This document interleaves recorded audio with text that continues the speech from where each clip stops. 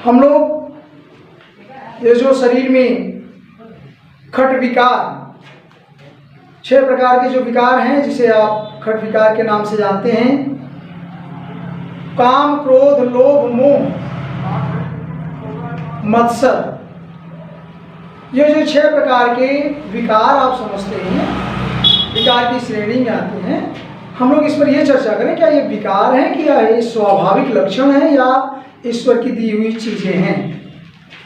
तो उसमें से अगर हम ये देखना शुरू कर दें कि ये विकार होते, जिसे हम विकार कहते हैं, अगर ये विकार होते तो क्या ये हमारे पास होते और परमात्मा के साथ होते?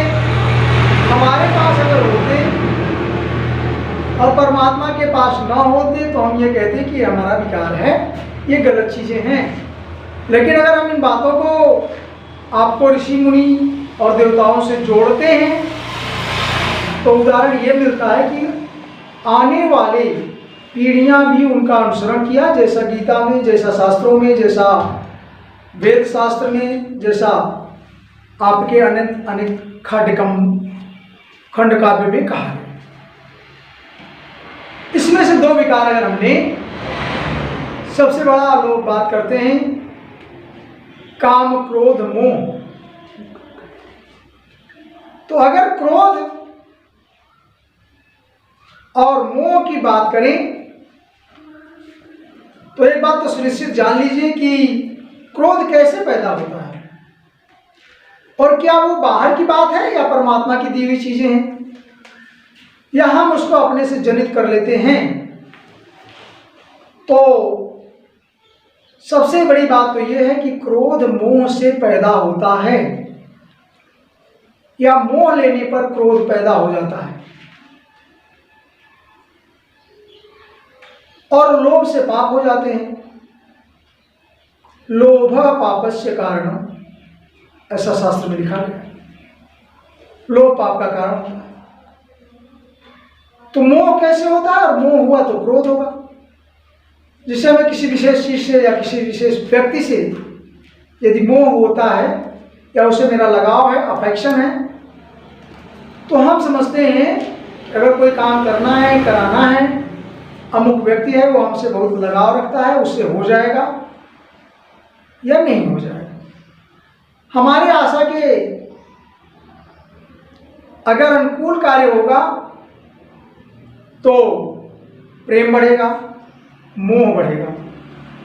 लेकिन हम जैसा चाहते हैं अगर ऐसा नहीं होगा या वैसा नहीं हुआ जैसा हमें हमारे अनुकूल था, अगर हमारे प्रतिकूल कुछ हो गया तो हम उस अमुक व्यक्ति पर या उस अमुक चीज पर या ऐसे विधान पर हम क्रोध करते हैं।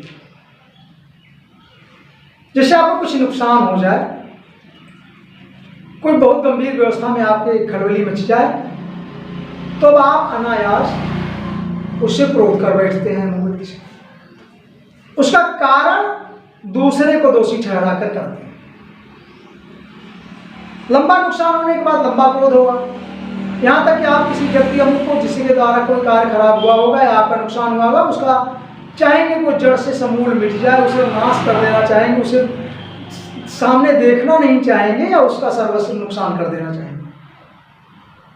तो ये आपके मन में जो बात पैदा हुई, जो भाव पैदा हुआ, उसे समूल नष्ट कर दें, ऐसा क्यों हुआ? ऐसा इसलिए हुआ कि आपके मन में उससे बहुत आशा थी या उस व्यक्ति से या उस चीज से बहुत लगाव था, और आपके अनुकूल काम न होने पर उसके प्रति आपका क्रोध पैदा हुआ और आप ऐसी स्थिति में, ऐसे विकारों में आ गए जो नहीं होना चाहिए। तो आपको मैं ये जानना चाहता हूं कि ये जो क्रोध है ये विकार की श्रेणी में कब आ जाता है और कब यह आवश्यक है?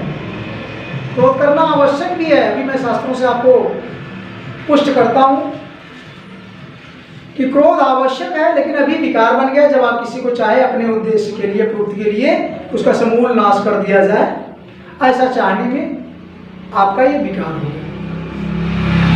तो क्रोध क्यों आवश्यक है? यह एक विकार है या लोगों ने किया नहीं, हमारे लिए वो ठीक नहीं है। बात में हम आएंगे।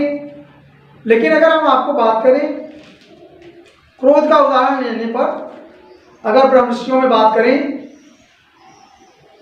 तो जिसका नाम आपने सुना है, दुर्वासा का नाम लेते हुए, महर्षि दुर्वासा का नाम लेंगे तो तुरंत आपके मन में क्या फैलेगा? उनका क्रोध।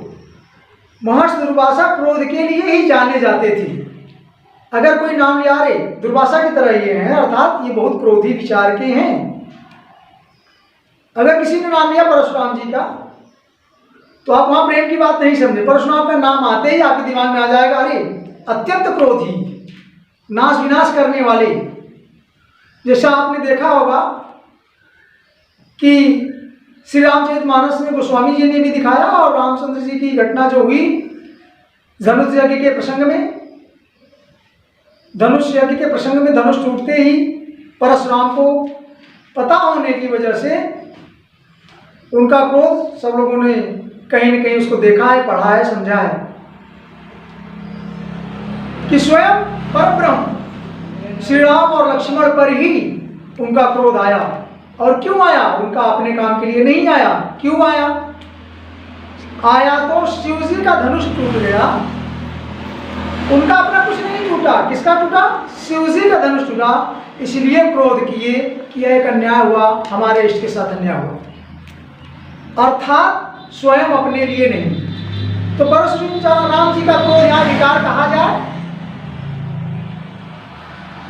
और अगर विकार कहा जाए तो कब कहा जाए? परशुराम जी का क्रोध विकार नहीं है, क्योंकि इष्ट सेवा के लिए लगा हुआ कार्य है और वह आवश्यक था। तो यह विकार कर लिया जब आप स्वयं के कार्य के लिए, स्वयं के लिए ऐसा करते हैं, क्रोध करते हैं, तो यह विकार का रूप धारण करता है। परमार्थ कार्य के लिए करते हैं, दूसरों की सेवा के लिए क्रोध आवश्यक है, न्याय व्यवस्था बनाने के लिए क्रोध आवश्यक है, किसी देश को परास्त करने के लिए, अपने को आगे बढ़ाने के लिए, स्वाभिमान बनाने के लिए क्रोध आवश्यक है, तो यह विकार नहीं है। लेकिन अहंकार करते समय का क्रोध आता है, आपके अंदर ईगो आ जाता है, तब क्रोध आता है। आप किसी को महत्व इसलिए नष्ट कर देना चाहते हैं कि आपका यह काम नहीं हुआ, स्वयं का आपका लाभ नहीं हुआ, आपका नुकसान हो गया स्वयं का, तो आप अपने हित के लिए क्रोध करते हैं और किसी का विनाश कर देते हैं। तो ऐसी स्थिति में यह क्रोध एक विकार है। और इसी जगह में अगर कहें क्रोध आवश्यक है, उदाहरण लेने चले जाइए, स्वयं परब्रह्म की बात करें, श्री राम जी के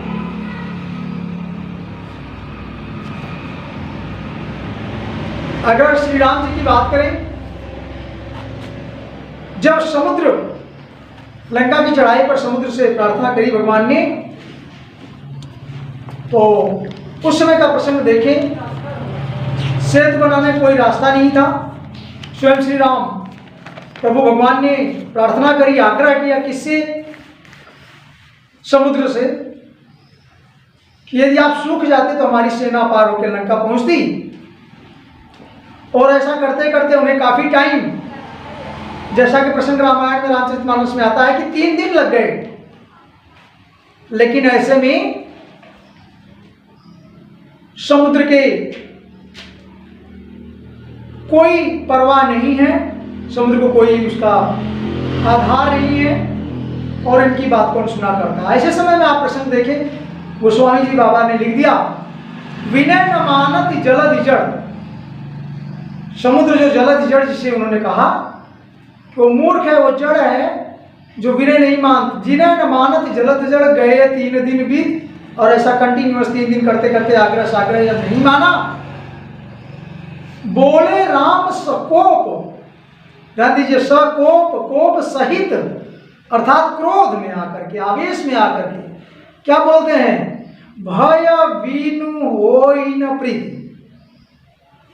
अर्थात स्वयं परमात्मा ने, परब्रह्म ने क्रोध किया, सकोप काम किया प्रेम को बढ़ाने के लिए। और आप जानते हैं क्रोध से, हमने कहा मोह से क्रोध और क्रोध से प्रीति पैदा होती है। इंटरचेंजेबल एनर्जी है, एक दूसरे में उत्क्रमणीय क्रिया कह लें, या वह एक दूसरे की ऊर्जा का स्थानांतरण ही है। तो क्या ये कह दें कि परम परमात्मा का ये क्रोध जो समुद्र के ऊपर था, यह एक विकार था। और अगर विकार था तो परम प्रभु अगर करते हैं तो हमें भी करना चाहिए। लेकिन आप ध्यान दीजिए, अगर दूसरा पक्ष, यह क्रोध स्वयं परमात्मा का क्यों था, किस काम के लिए था, यह आप देखिए, किस वर्ग के लिए था। आप जानते हैं, दुष्टों की व्यवस्था को छिन्न भिन्न करने के लिए वो प्रसंग लाते हैं। तो रावण में, जिसे हम राक्षस कहते हैं, राक्षस का क्या मतलब है? जो चीजें नहीं मानते, जो फॉलो नहीं करते, जो जैसा होना चाहिए सृष्टि के अनुसार वैसा संगत नहीं करते, वो राक्षस है। उसके लिए परमात्मा ने उनके समूल नाश के लिए, चढ़ाई करने के लिए, लड़ाई करने के लिए, लोगों को राक्षसों से मुक्ति दिलाने के लिए, इस पृथ्वी का भार कम करने के लिए, लोगों को स्वयं से अच्छे से जीने के लिए क्या किया उन्होंने? चढ़ाई करने के लिए प्रयास किया। और समुद्र ने नहीं माना, तब ऐसे समय में उन्होंने क्या करा? क्रोध किया। तो क्या इस क्रोध को विकार कह दिया जाए? अर्थात आप भी उससे सीखें कि हम कितना क्रोध करें, जो न्याय व्यवस्था, जो दूसरों के हित के लिए, जो आवश्यकता की पूर्ति के लिए हो, न कि स्वयं स्वार्थ सिद्धि के लिए हो। अर्थात निस्वार्थ किया गया क्रोध अति आवश्यक है, निष्काम किया गया क्रोध आवश्यक है। जबकि उसमें स्वार्थ का अगर परिणित हो जाता है, आपका लगाव हो जाता है, कोई विशेष हित अनिहित की बात आती है, तब वो विकार का निर्धारण करता है। और यह है क्रोध का अनवरत प्रयास या विकास। इसे संयम करने का सबसे अच्छा तरीका है वैज्ञानिक दृष्टि से आप अपने ग्रंथियों पर संयम करें। आप वैसा करें जो परमार्थ के काम के लिए हो। ऐसे में अगर आपको क्रोध करना पड़ता है तो क्रोध जायज है। दुर्वासा ने किया, परशुराम ने किया, स्वयं भगवान ने किया। और यही नहीं, अगर सबसे बड़े भक्त के संसार में बात आती है भगवान भक्ति की कहानी, तो मुझे जो ज्ञात है कि हनुमान जी जैसा तो कोई भक्त अभी तक संसार में पैदा नहीं। हनुमान जी का नाम तुरंत आता है। बहुत बड़े बड़े भक्त की अगर बात आती है, प्रभु परमात्मा और भक्त की बात आती है, तो वहाँ पर हनुमान जी जैसे एक मिसाल है, उदाहरण है। और हनुमान जी ने भी क्रोध किया। कैसा क्रोध किया? लंका में जाकर के। कब किया? लंका को जलाया। प्रसंग आता है, उलट पुलट लंका तब जारी।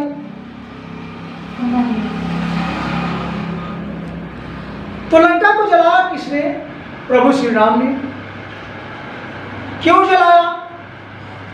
इसलिए जलाया कि वैसा करना आवश्यक था, परमात्मा के काम के लिए आवश्यक था, इसीलिए ऐसा किया गया। परमात्मा के काम के लिए अगर ऐसा किया जाता हो, व्हाट यू आर डूइंग, परमात्मा के वर्क के लिए, लोगों की सेवा के लिए, परमार्थ के काम के लिए अगर ऐसा क्रोध किया जा रहा है, वह आवश्यक है। राम काज कीजिए बिना मोह कहाँ विश्राम, ऐसा हनुमान जी का प्रयास था। और ऐसे में क्रोध उनका जायज था, निहित था। अब हम बात करते हैं कि जब हमारे पास क्रोध है तो मोह है। मोह सकल व्याधि कर मूला, ऐसा कुछ स्वामी जी ने लिखा कि जो मोह है ये सभी व्याधियां पैदा करता है। तो मोह भी उसी हिसाब से अफेक्शन, जुड़ाव, लगाव, लव, प्यार, ये कब, कहाँ और कैसे होगा, वह देश का परिस्थिति निश्चित करता है कि मोह विकार है या यह आवश्यक है। अगर मोह नहीं होगा, आप थोड़ा सोचिए, आपका उद्देश्य नहीं होगा कोई काम पूरा करने को, कोई चाहत नहीं होगी, तो कोई काम क्यों करेगा?